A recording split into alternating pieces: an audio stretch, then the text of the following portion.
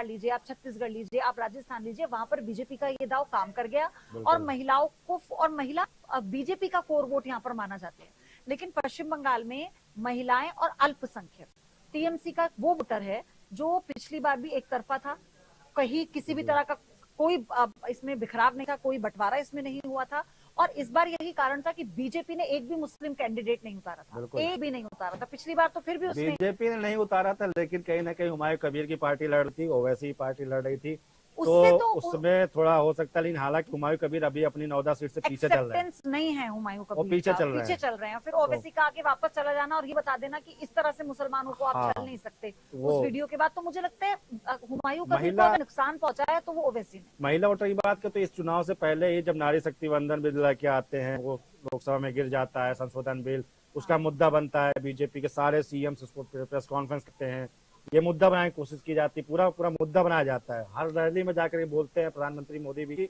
जो विपक्ष है वो महिला विरोधी है, वो नहीं चाहता कि महिलाओं को अधिकार मिले, और विपक्ष ये बोल रहा होता है कि बीजेपी वो नहीं चाहती जो हम चाहते, महिलाओं को सही अधिकार मिले। तो वो जनता को कितना समझ में आया, क्योंकि जिस तरीके से माहौल था वो चीजें थी नहीं,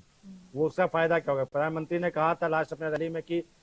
अगर बीजेपी अब जीतेगी बीजेपी तभी मैं यहाँ पे आऊंगा बंगाल में, तो मुझे लगता है कि वो जल्दी आ सकते हैं। आप देखिए अभी बात करते करते रुझानों में फिर से 28 हो गई, लेकिन बीजेपी 28 हो गई, टीएमसी 25 चली गई, 3 ही डिफरेंस रह गया। तो 3 हमने शुरुआत किया था, शुरुआती रुझान है, अभी कुछ भी ये सिर्फ रुझान है, तो इन रुझानों का आकलन हम कर सकते हैं अभी, लेकिन हम ये नहीं कह सकते। कांग्रेस जो एक सीट पे अपनी बढ़त बना के रखी है, वो शुरुआत के रुझानों से अभी तक की बराबर चल रही है। अच्छा, मैं अगर लेफ्ट का ये यहाँ पर ये केरला में नहीं, बंगाल में तो खैर कुछ है ही नहीं, कोई हो भी नहीं लग रही है अभी, बिल्कुल, क्योंकि चलो कांग्रेस ने एक खाता तो खोल लिया, लेकिन लेफ्ट का तो लग नहीं रहा है। लेकिन केरला में हाँ ये इंटरेस्टिंग होगा अगर यहाँ पर वो, क्योंकि 5-5 साल वाला जो पूरा यहाँ पर चलता है सर्कुलेशन, अगर वो होता है तो फिर कहीं भी नहीं रहेगी। लेकिन ये देखिए केरला में जो सबसे बड़ी फायदा मिल रहा है, बीजेपी 4 सीटों पर आगे चल रही है। मैंने कहा ना, ये बीजेपी के लिए उपलब्धि है, ये वो वाला कैडर है ये। अच्छा, केरला में बीजेपी ने क्या किया ना, 30 सीटें पकड़ी हुई है, पिछली बार की भी वही सीटें थी, ये वही 30 सीटें जिस पर उसने काम किया और उसे पता है कि आगे उसे क्या करना है बस। और ये जैसा वहाँ पे भी कहा जा रहा था कि एक तरफा यूडीएफ का निकलना जाएगा, लेकिन वहाँ पे भी टक्कर चल रही है यूडीएफ और एलडीएफ के बीच में, तो वहाँ पे भी मामला फंस रहा है। पौंडीचेरी में बीजेपी ठीक चल रही है, पौंडीचेरी की वैसी कोई चर्चा थी नहीं, खास चर्चा। तमिलनाडु में पुडुचेरी में तो खैर अपनी बढ़त बनाई रखी है, तमिलनाडु में टीवी के बहुत अच्छा कर रही है, 74 सीटों पर, 74 सीटों, ये बहुत सबसे आगे है, 74 सीटों पर आगे, 169 के आ चुके हैं रुझान। मुझे लगता है वहाँ पर बहुत जरूरत थी, बिल्कुल, दोनों पार्टी वही तो लड़ रही थी, लगातार वही चल रही थी। हालांकि वो हाल केरला में भी है, लेकिन तमिलनाडु में मुझे लगता है अच्छा सबसे बड़ा फोकस जो होता है विकल्प का, अगर जनता के पास विकल्प है तो वो उस विकल्प पर ज्यादा गौर देती है, क्योंकि यहाँ पर विजय एक अच्छा विकल्प बन के आए हैं। एक तो उनकी फैन फॉलोइंग, और यहाँ कहा जाता है कि जैसे रजनीकांत की फैन फॉलोइंग होती थी, कमल हसन की होती थी, उन फैन फॉलोइंग वैसी ही है। और सबसे बड़ी बात ये, उनका आपको पता है उनके साथ ना एक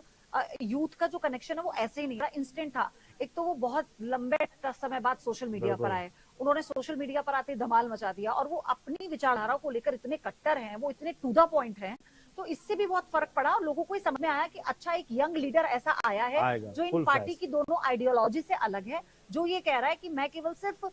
यहाँ पर ये करप्शन की बात नहीं कर रहा है, वो ये कह रहा है कि करप्शन तो अपने आप चला जाएगा, हम बदलाव लेकर आएंगे। ये बात उन्होंने युवाओं तक पहुंचाई। उनका सोशल मीडिया हैंडल बहुत बढ़िया उन्होंने काम किया, बहुत देरी से उन्होंने ज्वाइन किया, वो इंस्टाग्राम तक भी नहीं थे सालों तक। फिर जब वो उसके बाद आते उन्होंने बहुत अच्छा काम किया। महिलाओं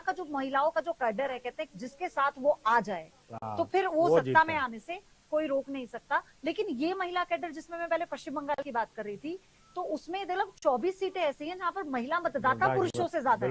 है ना। तो ये तो है कि 3000 वाला दाव काम आता है नहीं आता है, ये भी अपने आप में दिलचस्प है, क्योंकि जो महिलाओं को पैसा देने वाली बातें जो देते हैं वो तो खैर बीजेपी ने अधिकतर जगह करा है, तो बंगालियों की उम्मीद है कि हो सकता है उनके लिए भी किया जाएगा।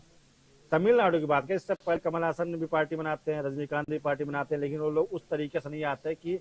जब